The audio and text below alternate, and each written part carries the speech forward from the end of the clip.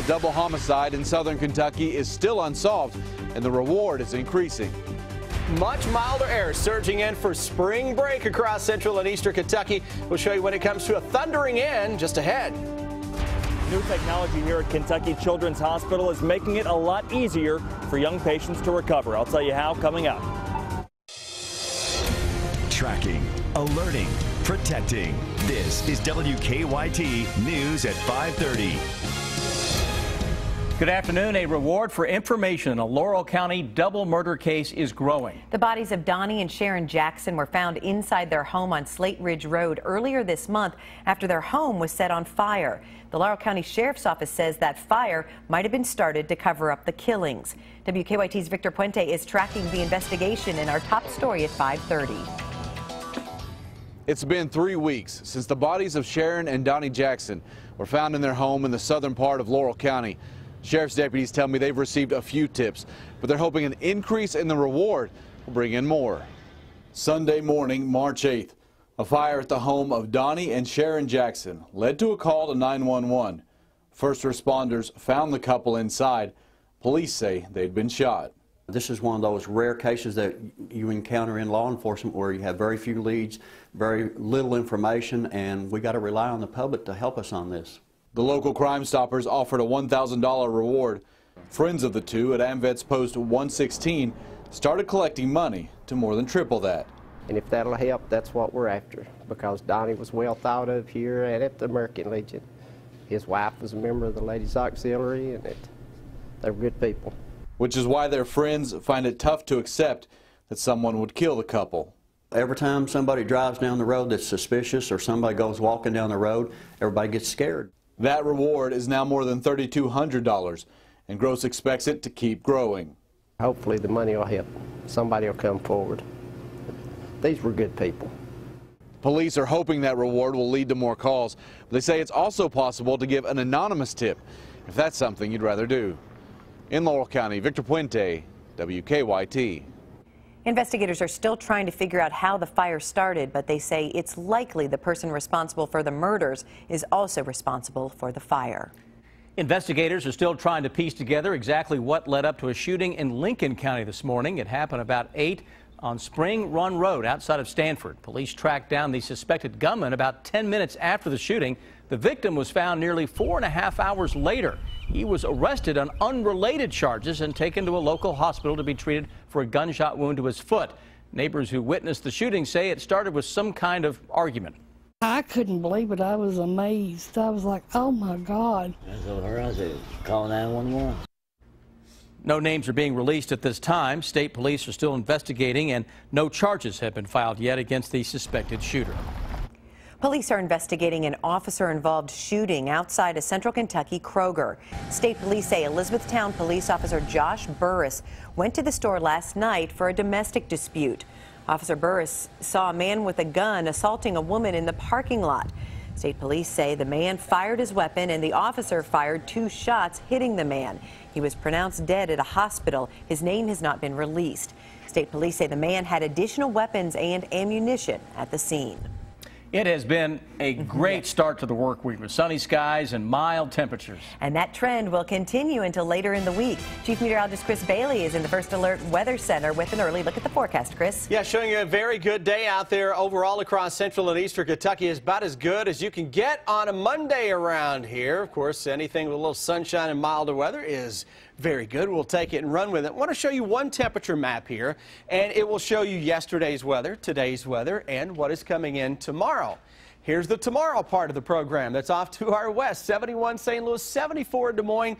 Down in Memphis, it's 72 degrees. We know what we have today. Here's the yesterday stuff. So that is pushing away, being replaced by what we have now, and then the 70s are coming into town as we go through the next couple of days. Those thermometers still upper 50s into northeastern Kentucky, right at 61 degrees across part of central and western sections of the area. Live First Alert Defender, nothing to show you across the entire area. Let's check out some of our live sky cams, shall we? Frankfort, sun. Georgetown, sun. Richmond, sunshiny skies, and here into downtown Lexington, at least on our side of town, downtown, all parts of Fayette County, seeing mostly sunny skies that are out there. Coming up, focus of the forecast. As we look closer and closer toward your Easter weekend, we are finally putting the spring in spring break. But for how long will this gravy train roll on? We'll answer that, guys, in a matter of minutes. The trial for a Lexington woman charged with killing her boyfriend back in 2012 is set to begin next month. Our county-by-county coverage begins in Campbell County. 23-year-old Shayna Hubers is accused of shooting and killing 29-year-old Ryan Poston at his Highland Heights apartment. Her trial is set to begin on April 13th, nearly 2.5 years after that shooting. Poston's family has also filed a wrongful death civil lawsuit against Hubers to prevent her from benefiting from his death by selling the story to the media. In Pike County, police are looking for a man who robbed a pharmacy at gunpoint. State police say the man went into the Rite Aid in the Robinson Creek community yesterday. Police say the man passed a note to the clerk demanding prescription medication. He was handed some medication before leaving in a gold passenger car. The suspect was wearing a dark-colored hooded sweatshirt, sweatpants, gloves, and white shoes. And in Whitley County, a dentist has entered a plea in a Medicaid fraud case. The state attorney general says that Ronald Hungerbuehler billed Medicaid for dental exams he should have performed on patients at a local nursing home but didn't.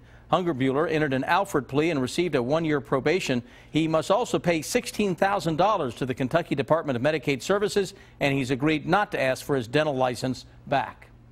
The intensive care unit at a hospital can be a scary place for a child, but as WKYT's Sean Moody reports, doctors at Kentucky Children's Hospital are finding a way to make their recovery a little easier.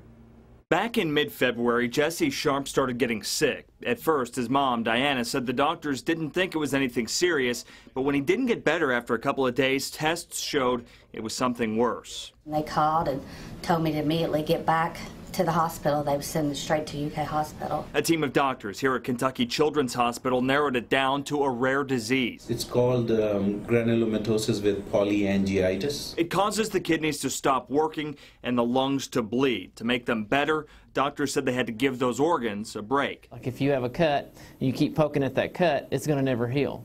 So how can we give him time for his lungs to heal and allow some of our therapies to work? Years ago, if these kids even survived with this degree of lung injury, they would be fully sedated, fully paralyzed. But Jesse didn't have to go through any of that. In August, Kentucky Children's Hospital got this ECMO machine. It's really a way of bypassing the lungs to allow the lungs time to heal.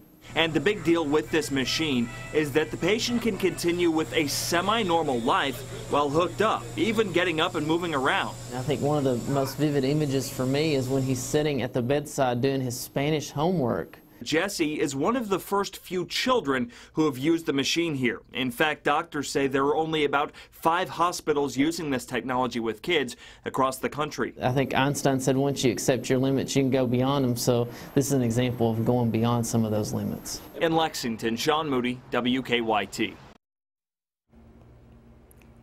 We're told Jesse was able to go home a little earlier this afternoon.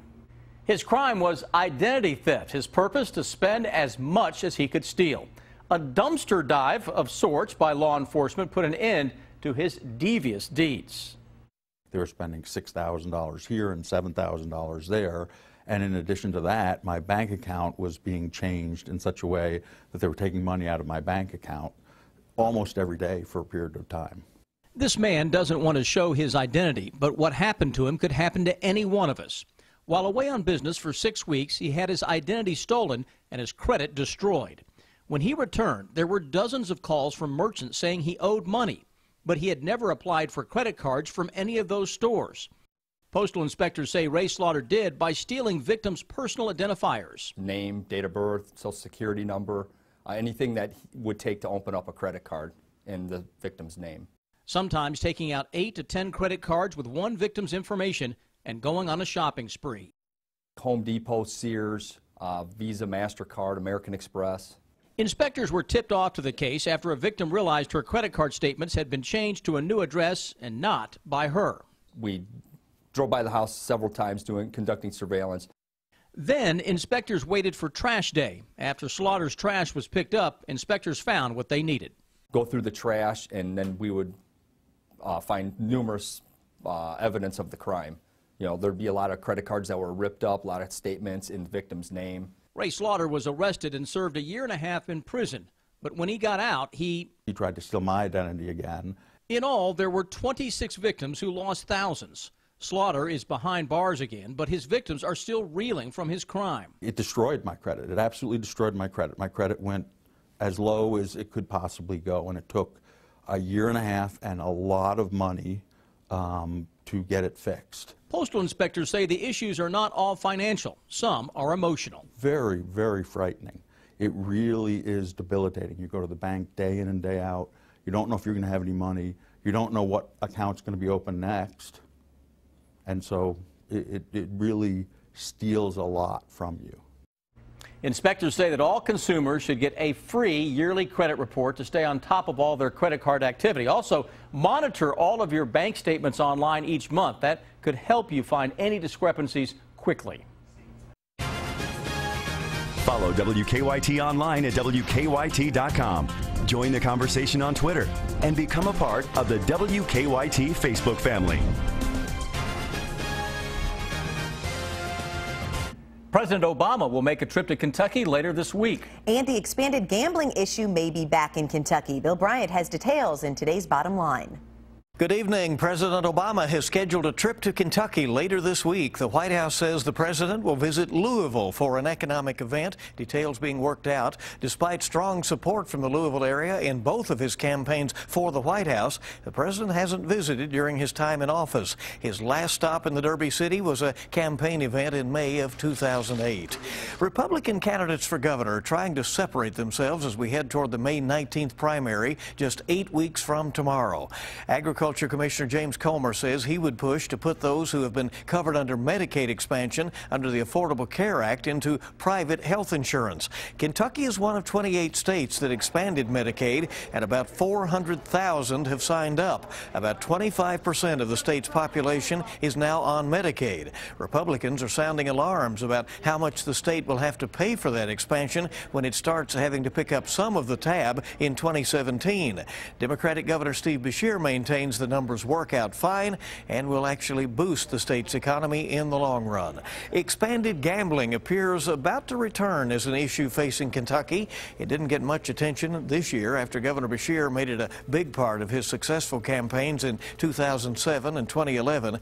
But now House Speaker Greg Stumbo tells the Herald Leader that he will move forward with a casino bill and will seek hearings on it soon. Opponents, including the Family Foundation, have called casinos a dead issue. And a CBS News poll shows approval of Congress just 22%, while 70% disapprove. But that's actually a better showing than over the last few months. The poll also shows Jeb Bush with an advantage among the Republican candidates for president, while Hillary Clinton is the strong favorite on the Democratic side. Bill Bryant, WKYT. Governor Steve Beshear announced today a high-tech company will bring dozens of new jobs to Rowan County.